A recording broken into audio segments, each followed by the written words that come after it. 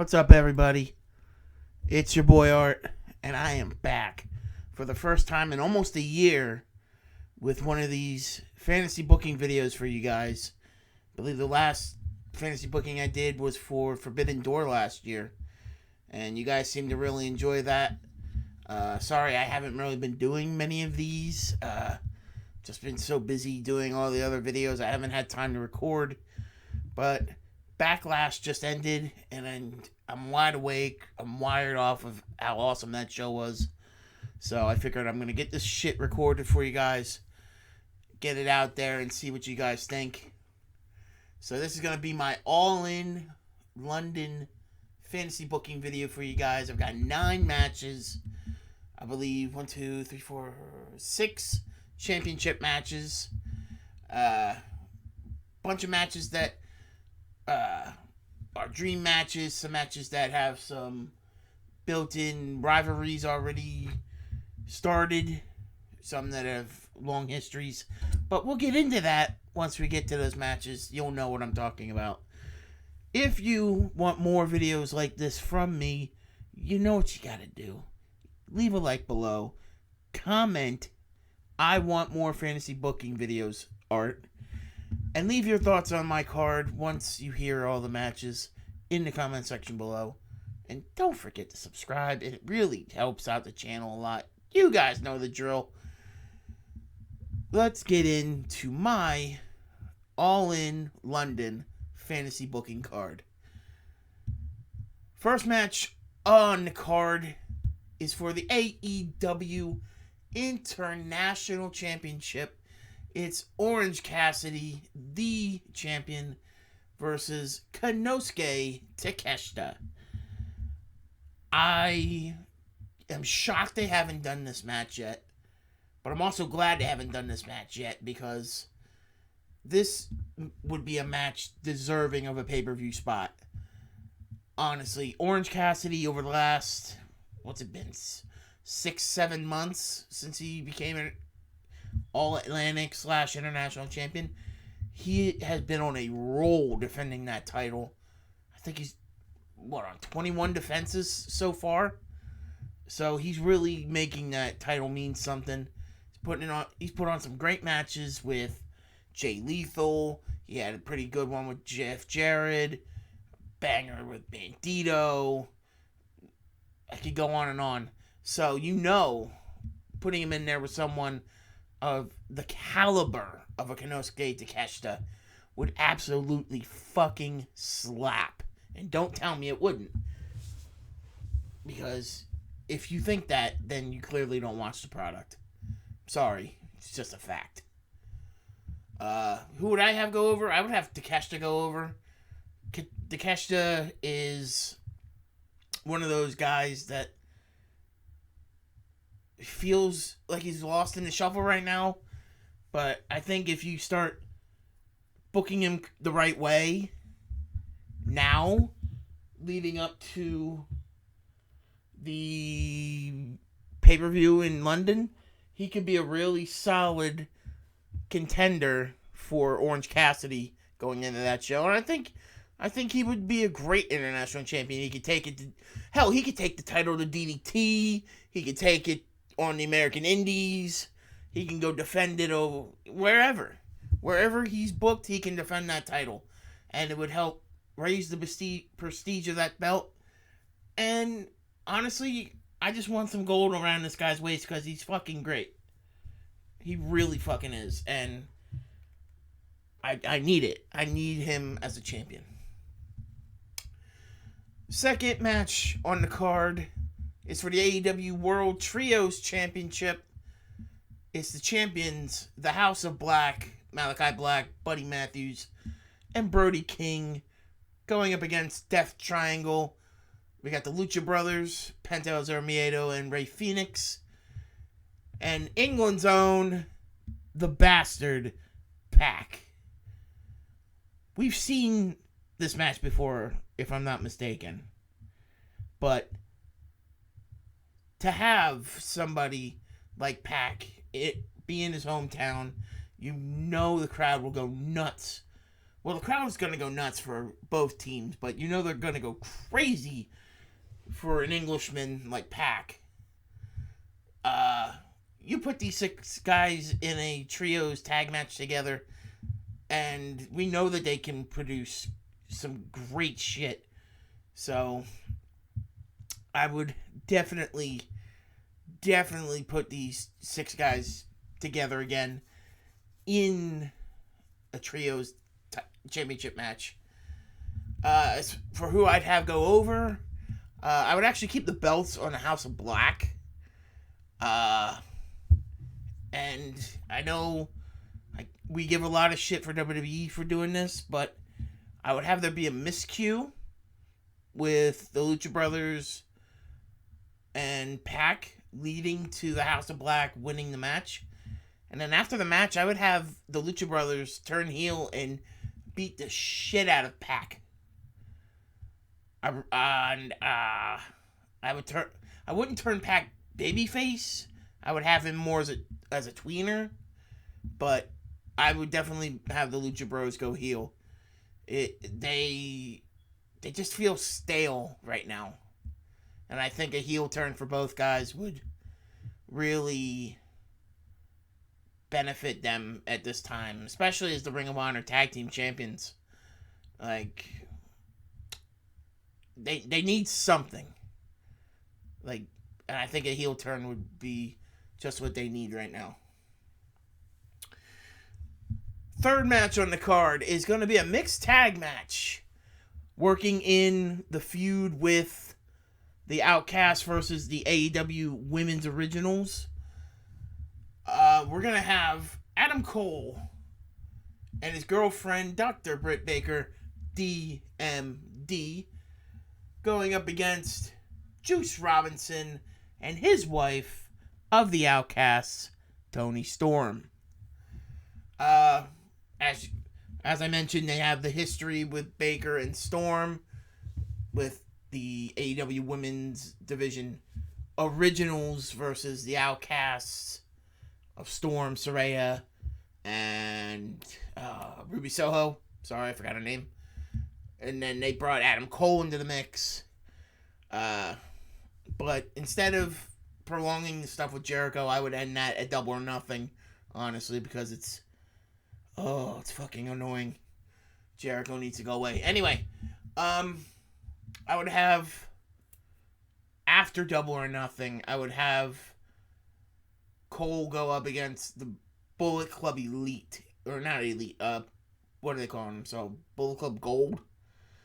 I would have Juice Robinson have a problem with Britt, and Britt being against Tony, and then Cole and Robinson can maybe have a singles match on Dynamite, and then that would lead to this mixed tag match here at All In London. As for who I'd have go over, Cole and Baker. Honestly, I'm not a big fan of Toni Storm. I just, I get she looks good. She's very easy on the eyes, so a lot of people like her, but as a wrestler, I don't see it. And as for Juice, he could use a win, but Adam Cole and Britt Baker are the bigger stars. They deserve the win. Plus, it would look really good for their show, All Access, because they're the stars of that fucking show. So, I would give it to Baker and Adam Cole. Fourth match on the card is a 6-man tag. On one side, you have the team. I know it seems thrown together, but hear me out here. The team of Darby Allin, Jungle Boy, and Ricky Starks going up against the Blackpool Combat Club. Jon Moxley, Claudio Castagnoli, and Wheeler Yuta. This is going to seem weird on paper. I get it. But if you think about it, each member of each team kind of fits one another in a way. You got Moxley and Darby Allin who are just fucking insane. They'll kill themselves and their opponents in a match. Then you've got Jungle Boy and Claudio who are just really gifted athletes. One may be better than the other. I'll leave that up to you to decide. But they're both very gifted athletes. They bust their ass. They just are really good at what they do. And then you've got Wheeler Yuta and Ricky Starks who are good. Maybe even really good. But both guys are missing something that will propel them to the main event level. Like Ricky's almost there, and Wheeler's getting better, but both guys are missing that one thing, and I can't put my finger on it for either guy, but they're missing that one thing to push them over the top. But on paper, this might seem one-sided, but it's really not in a way. So, if you put these 6 guys in a match together, they're going to work magic because they're all great athletes.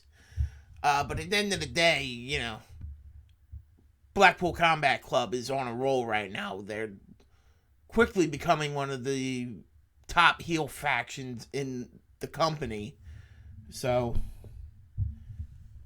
I would definitely give this one to the BCC.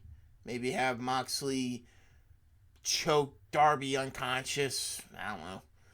But that is what I would do with that match. Have the BCC go over.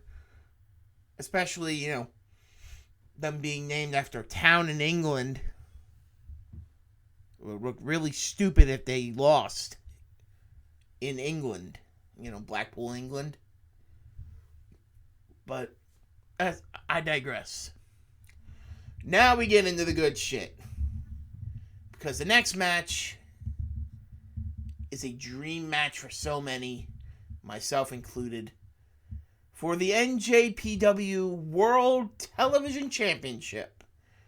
It's the champion Zack Sabre Jr.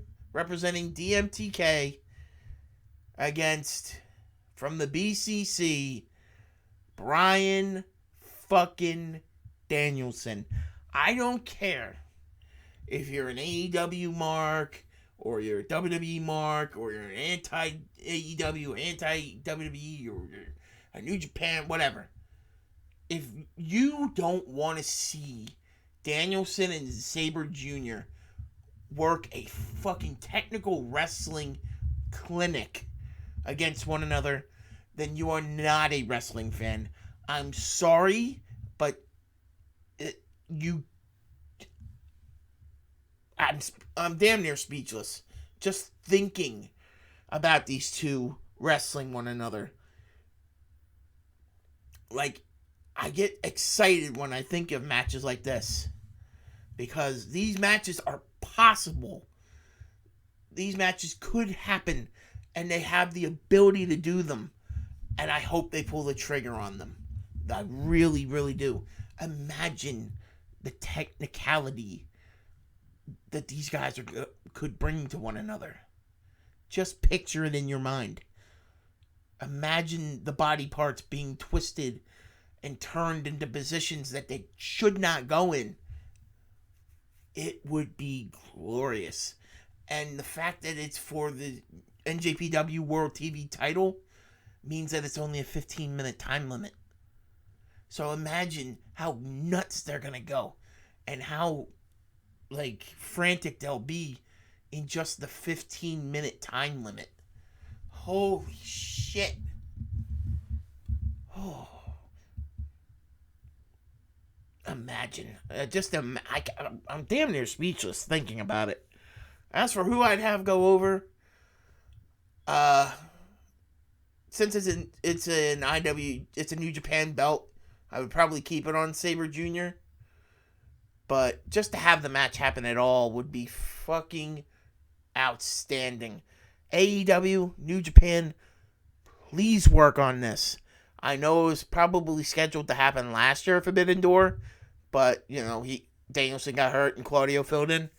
Please fucking do this. If not a Forbidden Door, do it at All In. Please, please, fucking please. Thank you. Following that masterpiece is a match for the AEW Women's Championship. The champion, Jamie Hayter, against the CEO, Mercedes Moné.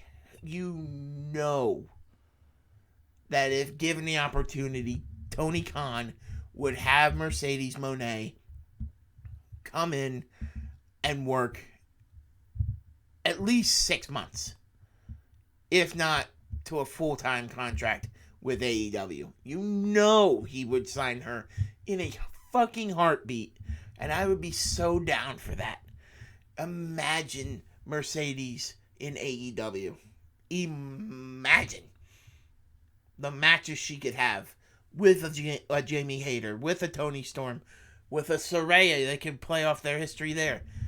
Hell, even with the younger talent, like Mercedes against Willow, or hell, she could probably make Sky Blue look like a fucking star if she was in the ring with her. Mercedes Moné, I may not like her gimmick as the CEO in Japan, but in the States, that shit would get massive heat. Massive heat. And people love Jamie Hayter already, so imagine her in her home country. That fucking stadium would go nuts for this. And you could tease the fact that Mercedes Moné is looking to be the first woman to hold all the major titles in WWE, hold all the titles, women's titles in New Japan, and now hold the major title in AEW. She would be the first woman to do that, I think, if she actually won that title. Like that, she would probably go down as the greatest of all time if she did that. For real. Like, Mercedes is great. I love Mercedes.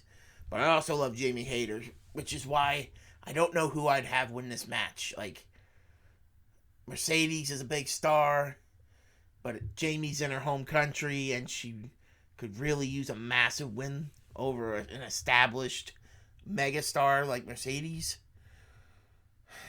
So I think I would give it to Hayter here. I think so. But I don't know. I'm putting my foot down.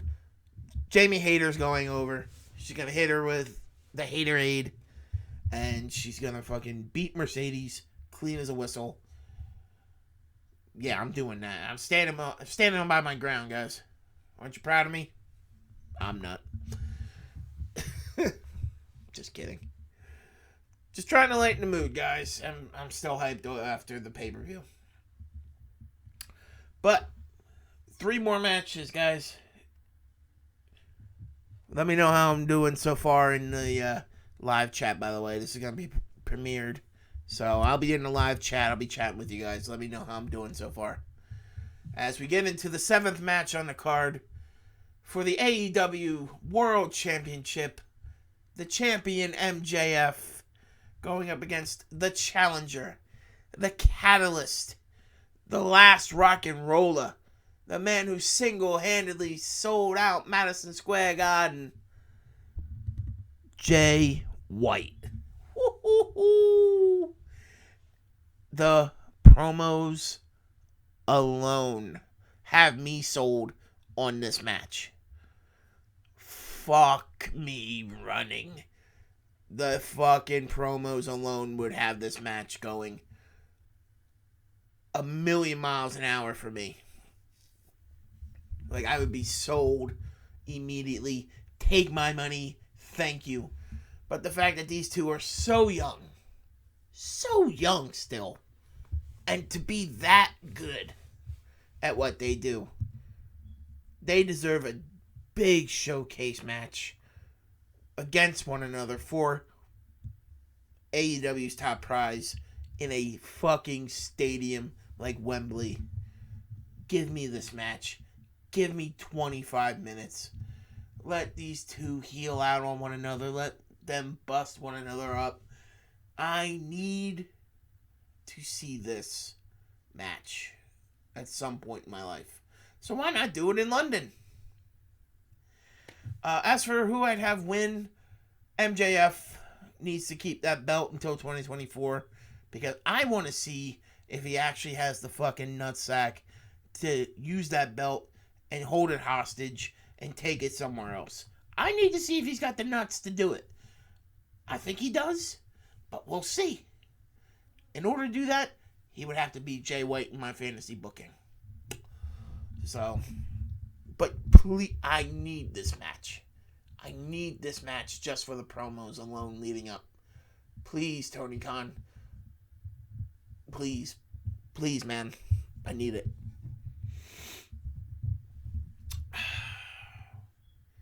The semi-main event is a 6-man tag. We have the Elite, Matt and Nick Jackson of the Young Bucks, and the returning member, Hangman Page, against FTR, Dax Harwood and Cash Wheeler, and the returning CM Punk. If you thought I wasn't gonna book this fucking match for the fucking Wembley show, you're out of your fucking mind. This needs to happen. These guys need to grow up.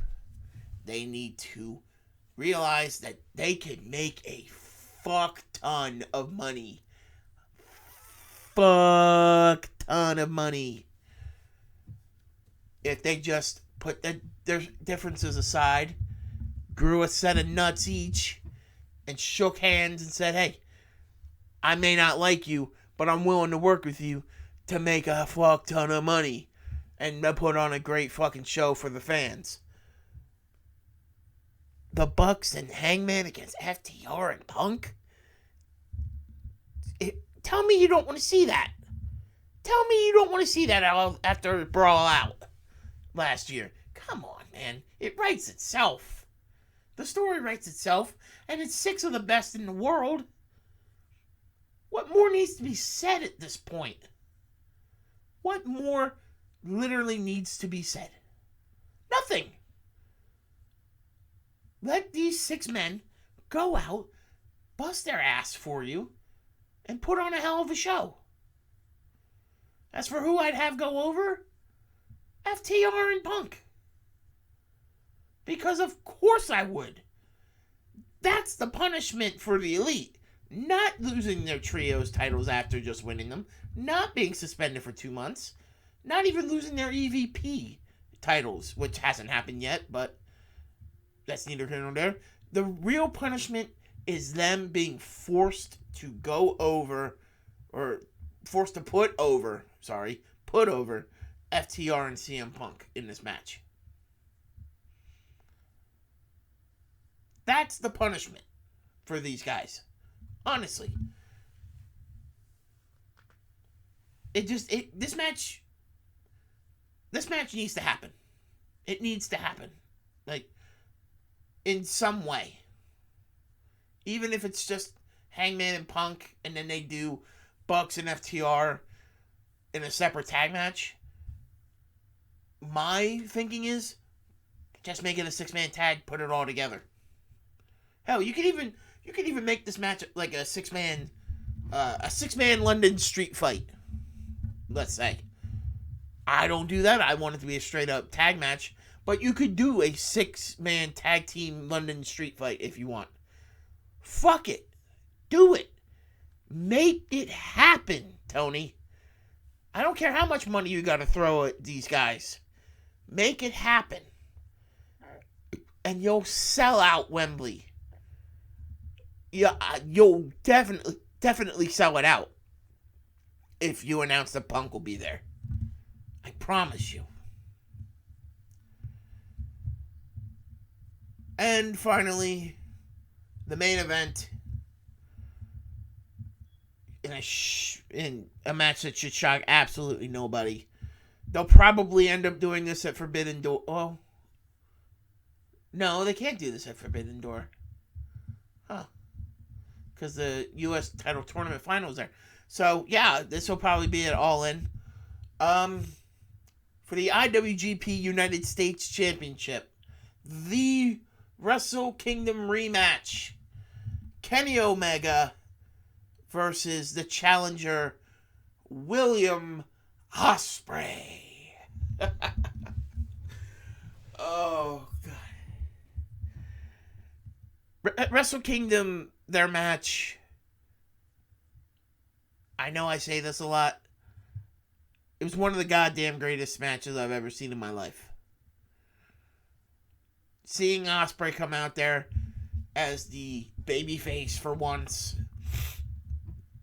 To see Omega come out the Devil's Sky, play the de facto heel, even though the Japanese crowd loves him. It was phenomenal. So to have this event where Ospreay, you know the crowd will be split 50-50. Because you're going to have your Omega fans, but you're also going to have the Ospreay fans who are there to celebrate and cheer on their fellow countrymen. This fucking match would be epic. It has the potential to be the greatest match in AEW history. I know that's saying a lot, with Cody versus Dustin, Young Bucks against Omega and Hangman at Revolution, any of the Hangman versus Danielson matches. But for my money, if this were to happen at All In London, I think it might top them all. I really believe that. Two of the absolute best in the world currently. And two men who might go down as some of the all-time greats.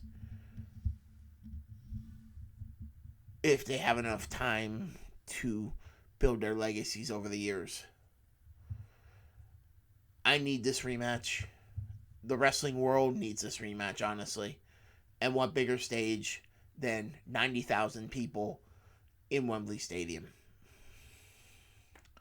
As for who I'd have win here, I would actually give it to Ospreay. Give it to the hometown boy. Have him go back to New Japan. Have him take the U.S. title to Japan. Let them finally have their title back. And we get a solid main event for the London show. I mean, what more can we ask for as wrestling fans at that point? Not much more, if you ask me. But, guys, that is going to do it for my AEW All In fantasy booking. I do sincerely hope you enjoyed hearing me talk about each match. I hope you enjoyed the booking. What would you guys do differently? Would you do anything differently? Would you add matches? Would you have different outcomes? Do you like my card? What would you add? What would you take out? I want to know all of that. So leave it in the comments section below. Don't forget to leave a like on the video if you did enjoy. Don't forget to subscribe because it helps me out. It lets me know that you enjoy the content and you want to see more. That being said, my name is Art. Thank you for joining me today. And I bid you all a fond farewell. Have a great day, guys.